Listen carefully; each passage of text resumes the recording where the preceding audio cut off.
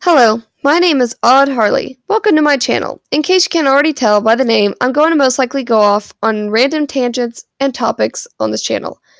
As of right now, I will not show my face as part of my mother's wishes. On the topic of my mother, did anyone else grow up with a strict mother? My mom, growing up, was, and still is, super strict. Though she prefers the term protective, she was strict. There was moments of, oh, that's normal, everyone's mom does that sometimes. And there was moments of, what the heck? That's a bit excessive and controlling. So in this video, I will talk about my life with a strict protective mother. To begin, in her defense, I was born when my mom was still a teenager and she had to raise me with the help from her family. Eventually, we were on our own and my mom worked hard to get the education she got and her dream job that would support me and eventually my siblings. She became very worried and protective, wanting the best for me. Now, don't think of this as me complaining about how I was raised, and I used to see it like that when I was younger, that it was awful, but I've come to the conclusion my mom just cares about me and wants the best for me. So without further ado, here is 3 things that stuck out to me when I grew up with a strict mother. Parent to parent. Like a normal child, I had friends. And once I had gotten to about 1st or 2nd grade is when I remember wanting to spend the night at a friend's house. Now, my mom was interrogative when it came to who the friend was, and more importantly, their parents. A normal thing with friends and wanting to stay the night ended like this. Hey mom, can I spend the night at Eliza's house? What's Eliza's last name? Wilson? Who are her parents? I don't know. Where does she live? I don't know. Does she have a criminal record? I don't know, I'm only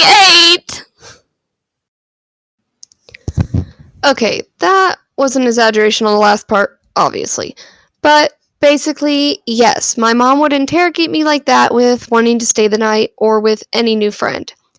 And if I was to spend the night with a friend that my mom hadn't met the parents before, she would come along as more than my ride and talk to the parents or parent.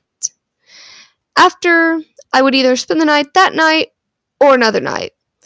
This, I believe, is justified as my mom was friends with a girl that went missing while spending the night at a friend's house. So this was not a big deal to me. I understood why she did it, but sometimes it was a bit embarrassing to my 8-year-old self to explain to friends that had more carefree parents that didn't seem to care as much.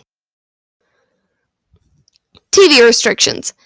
Now, as a kid, I wasn't allowed to watch rated R movies or scary movies, which is normal for a child. But I was also banned from a lot of shows, and even an entire TV channel. Let me explain. So for the longest time, I was not allowed to watch Cartoon Network. Back then, my mom forbid me to watch shows like Ren and Stimpy, Courage the Cowardly Dog, Ed, Edd n Eddy, etc. The only thing I was allowed to watch that came on Cartoon Network was Scooby-Doo. I thought, like, if I can't watch that, maybe other kids can't. Turns out I was wrong since I found out most of kids my age grew up on Courage the Cowardly Dog. But fun story, my mom and dad, before they separated, used to buy me Scooby-Doo tapes. Yeah, that's right, tapes. A lot to where I had a collection, and I still do in storage. One of them had a Courage the Cowardly Dog little episode play before a movie.